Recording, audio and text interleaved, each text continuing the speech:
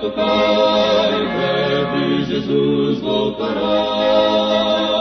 A todo mundo a mensagem levai,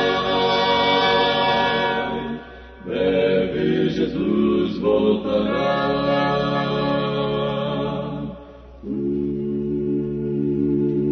Esta é a voz da profecia, uma voz de esperança, que proclama a volta do Senhor.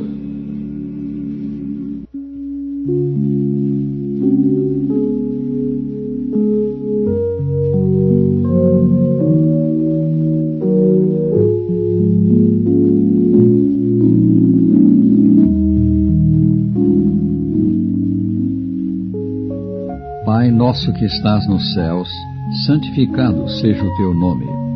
Venha o teu reino. Seja feita a tua vontade, assim na terra como no céu. O pão nosso de cada dia nos dá hoje, e perdoa-nos as nossas dívidas, assim como nós também temos perdoado aos nossos devedores. Não nos deixes cair em tentação, mas livra-nos do mal, porque teu é o reino, e o poder, e a glória, para sempre.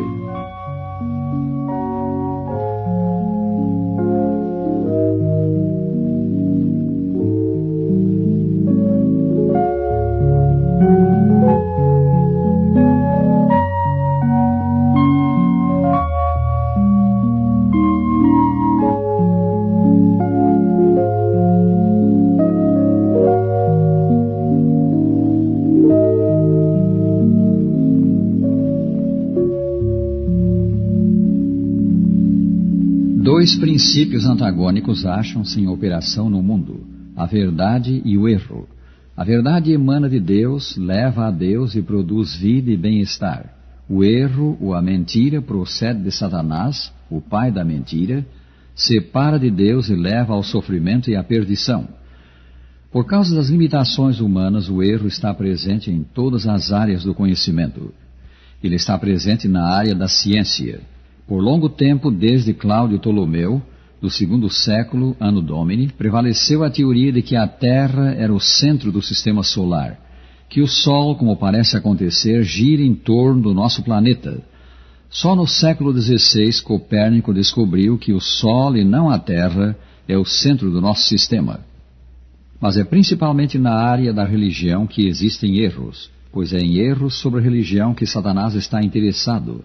As religiões pagãs são sistemas de erros, e o erro está na própria área da cristandade. A diversidade de credos que existem indica isto. É evidente que nem todas as 260 divisões da cristandade podem estar certas. E assim, a própria área religiosa é qual mar desconhecido, infestado de recifes. Como pode o homem com segurança conduzir a nau da vida em tais águas? Como saber com certeza que é a verdade? Como agradar ao Deus da verdade? Como chegar ao reino de ventura que nos prometeu? Deus nos deu segura bússola para isso. E essa bússola é o seu livro, as Escrituras. O Sagrado Livro é a revelação de Deus ao homem e do caminho para Deus. No dizer de São Paulo, toda a Escritura é inspirada por Deus. 2 Timóteo 3,16. Como livro que procede de Deus, as Escrituras são a fonte da verdade religiosa. A tua palavra, disse Jesus na sua oração ao Pai, é a verdade. São João 17,17. E porque a Bíblia é a verdade, ela é também lâmpada para os nossos pés. Salmo 119, 105.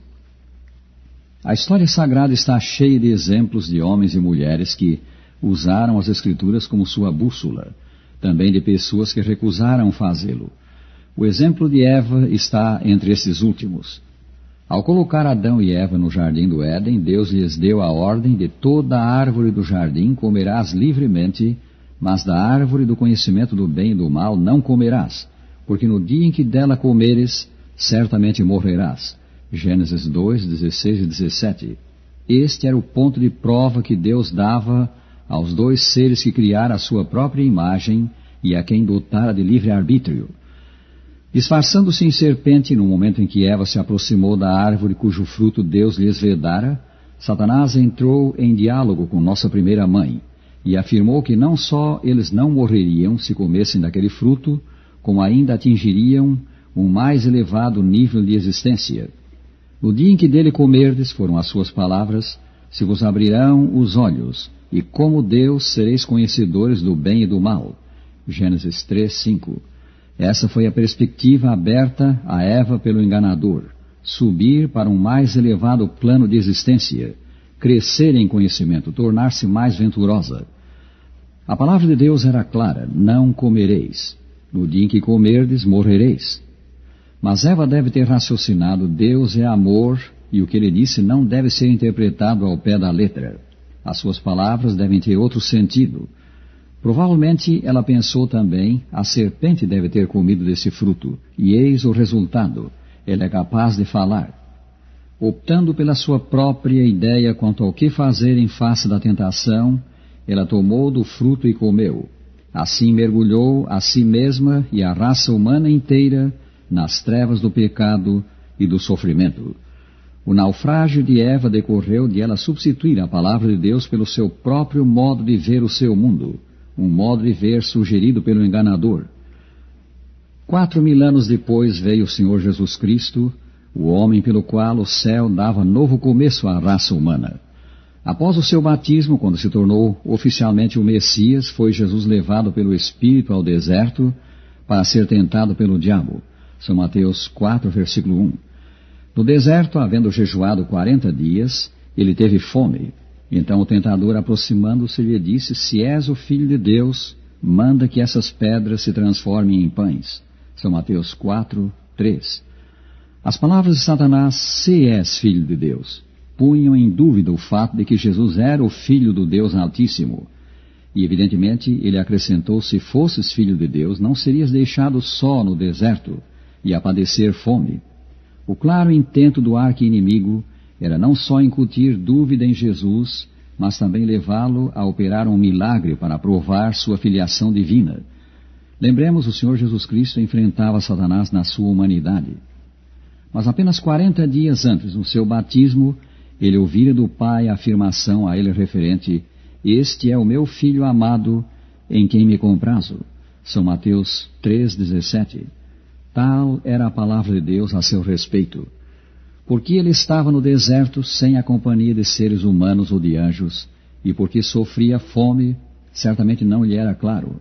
Mas Cristo ali estava porque Deus o quis. E sem se deixar abalar na sua fé, respondeu ao tentador: está escrito, não só de pão viverá o homem, mas de toda a palavra que procede da boca de Deus. Versículo 4. Cristo não proveria para si mesmo o que seu Pai achou por bem não lhe dar.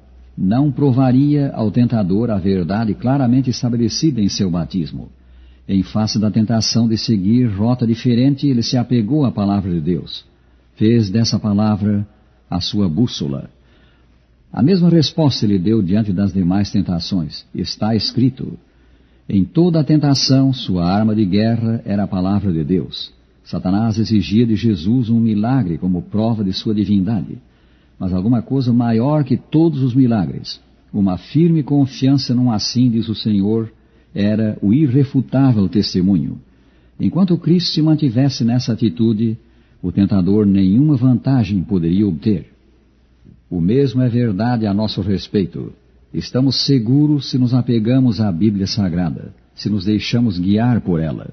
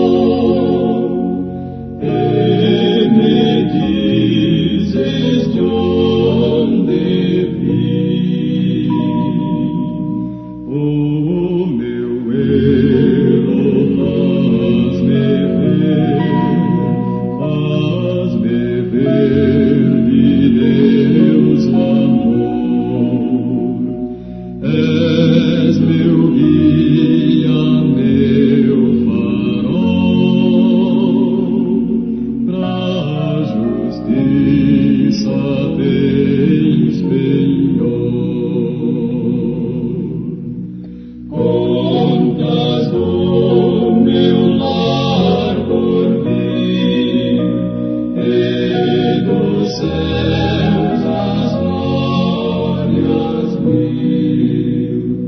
Oh, quão santo livro és, meu maior tesouro, enfim.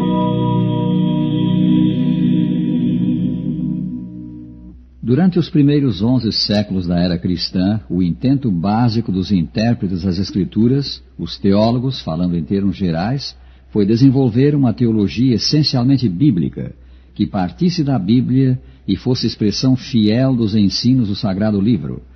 Mas houve exceções, como a de Orígenes, que se deixou influenciar fortemente pelas ideias de Platão e encarou as Escrituras pelo prisma da filosofia daquele pensador grego.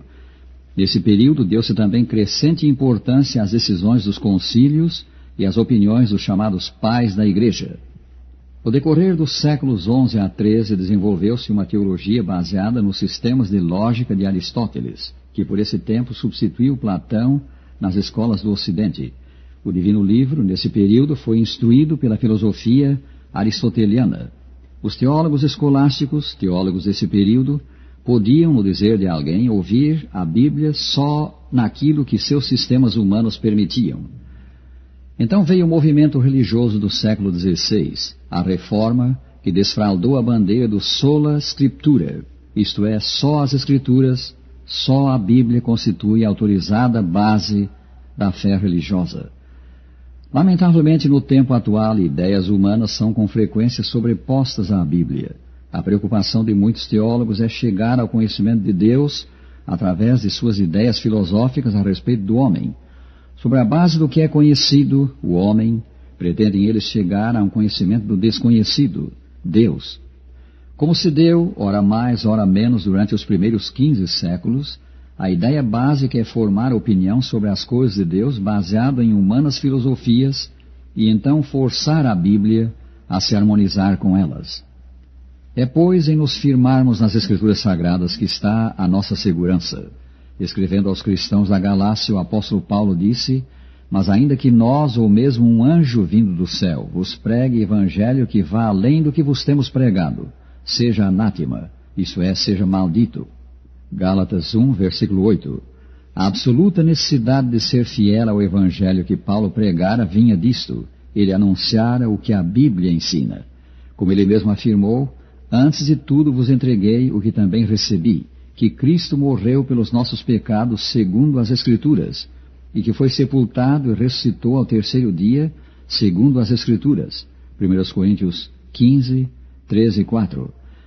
Essas palavras do apóstolo revelam não apenas que ele pregava as Escrituras, mas também que o seu grande tema era a pessoa de Cristo, a morte expiatória do Filho de Deus para nos prover salvação, e sua ressurreição dentre os mortos para tornar efetiva a salvação que nos comprou na cruz. Este é o assunto central do Santo Livro. Acima de tudo, Deus quer que saibamos isto, que temos em Cristo o Salvador, o amigo divino que perdoa o arrependido e liberta do poder do pecado. Nas palavras do próprio Senhor, São João 8,36, se pois o Filho vos libertar, verdadeiramente sereis livres. Prezado amigo, tens uma razão bíblica, um assim diz o Senhor, para justificar cada ponto de doutrina que praticas. É o Senhor Jesus Cristo teu Salvador pessoal?